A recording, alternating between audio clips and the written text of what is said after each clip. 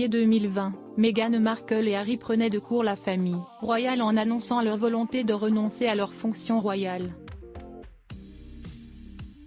Perdue, Elisabeth II organisait dans la foulée ce qui est resté dans les mémoires comme le sommet de Sandringham, une réunion familiale et très secrète réunissant la reine, le prince Charles, ainsi que ses deux fils, William et Harry.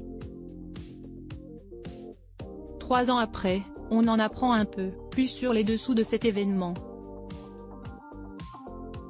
Dans son nouveau livre, Our King Charles III, The Man and the Monarch, Robert Jobson, spécialiste de la monarchie britannique, révèle les coulisses de ce qui a provoqué ce qu'on appelle désormais le mégoï.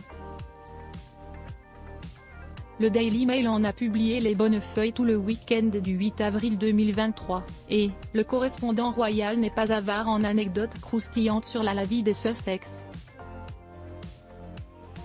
Sur ce fameux sommet de Sandringham, Robert Jobson confirme en premier lieu l'absence de Meghan. La reine a décidé que sa participation n'était pas nécessaire, et que le prince Harry suffirait à la représenter, souligne l'auteur. Rien d'étonnant venant de la souveraine, disparue le 8 septembre dernier. Mais la reine ne s'est pas arrêtée là.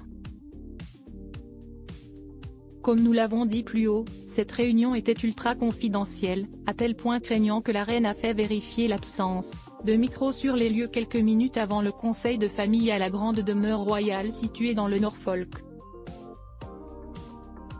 Et ce serait l'autre raison du refus d'Elisabeth II. Meghan devait, au début participer au conseil de famille, mais à distance.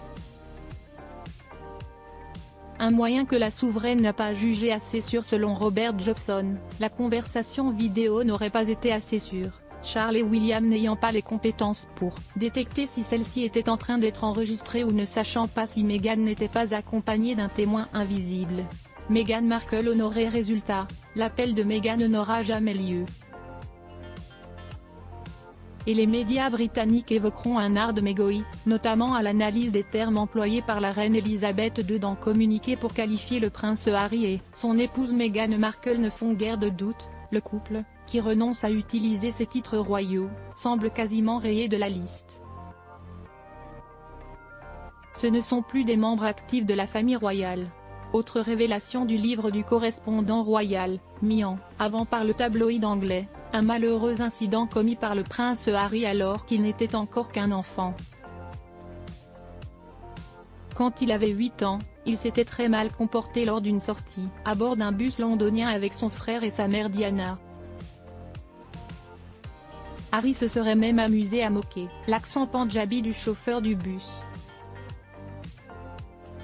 Un acte de racisme ordinaire, selon l'auteur, pour lequel le chauffeur ne s'était pas formalisé, mais qui avait fortement mortifié Diana. La princesse des cœurs aurait alors interrompu le trajet avant de gifler Harry en lui demandant de ne plus jamais refaire ça.